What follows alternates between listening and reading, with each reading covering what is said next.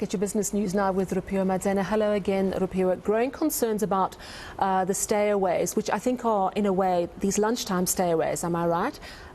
Which is the lead up to this potential strike by the civil service. Just explain how it's all going to work. That's right, Sally. There are growing concerns and people can expect disruptions at car licensing offices and border posts on Thursday. And those are just some of the services that will be hit when government workers belonging to the Public Servants Association embark on a one-day stay-away on Thursday.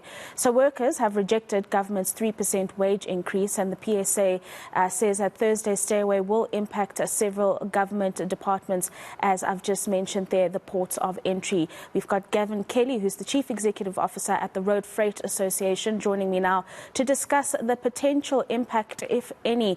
Thank you very much for joining us this evening, Gavin. I mean, the ports of entry, particularly at this time of year, are crucial because we've got imports and exports of products that will really feed the festive season and the economic growth during the season. But from your end, are there any concerns that have been expressed by your members as yet?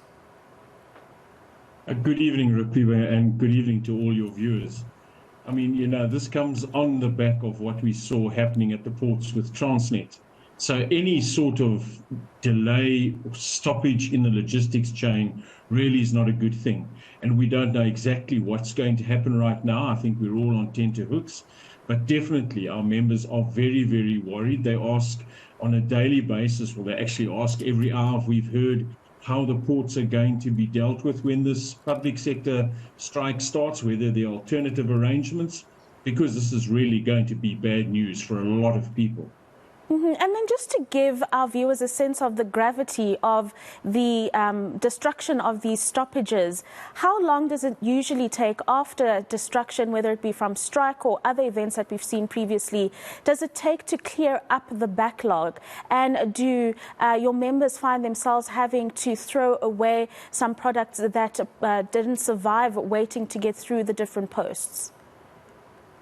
Well, it's a bit of a difficult question to answer because if the delay is only a couple of hours, then it's really just a little blip in the radar in terms of the flow of goods. But if this becomes anything in the range of a day, so let's talk about a 12-hour working day, or it becomes more than that, then we start to have real issues. So what happens is there's a fair amount of goods that travel up and down the various routes within Africa and within South Africa that are time sensitive.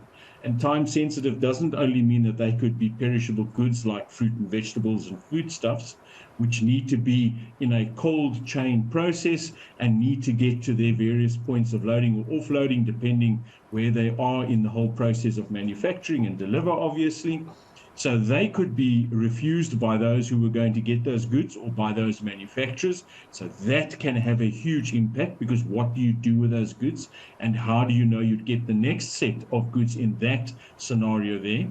Then there's also the time sensitive goods in terms of ship sailings, in terms of aircraft flying, when we're doing exports or imports, whichever way we're going to go. So that also has a major impact in terms of manufacturing, in terms of sales, in terms of revenue generation. And you now have trucks standing around that normally have either picked up their goods or delivered their goods, turned around and then gone back for the next load. So you start to find trucks standing around. We saw this recently down at the port of Durban, and that then has an impact. And that very quickly can become a lot of money for our country in lost income, but a lot more in terms of damages and loss of earnings. And I suppose it's a double whammy there, Gavin, because your members are also grappling with higher operating costs. So the idea that they're going to have to fund alternative plans and the losses that could potentially be made here is not something that the industry can handle at the moment, just given a history of disruptions that we've seen throughout, one would say, the last 2 years or so. Yeah, Rupiwa, I think we've seen a horrible year. I think the recently deceased Queen used to talk about an annus horribilis. I think we've had about 2 of those back to back in terms of what has done, in terms of the protests we've seen, and obviously the fuel prices that we've seen recently over the last couple of months have really put a lot of transporters into a very tight corner. There are a number of them that just cannot take another couple of delays. These 3 or 4 days, or whatever it might turn out to be, might in actual fact be that final nail in the coffin for those who were hanging on desperate that the festive season would have brought some sort of relief to them. And very briefly, Gavin, and finally, have you found that your members have had to let some people go just to deal with the gravity of the losses that they've experienced? There has been that happening over the last couple of years, yes, and obviously nobody likes doing that. There have been some employees who've been let go on the hope that they can stop the sort of expenses that are happening and the hemorrhaging, and when things get better, to get them back into that business again. It's always a very tough decision to make.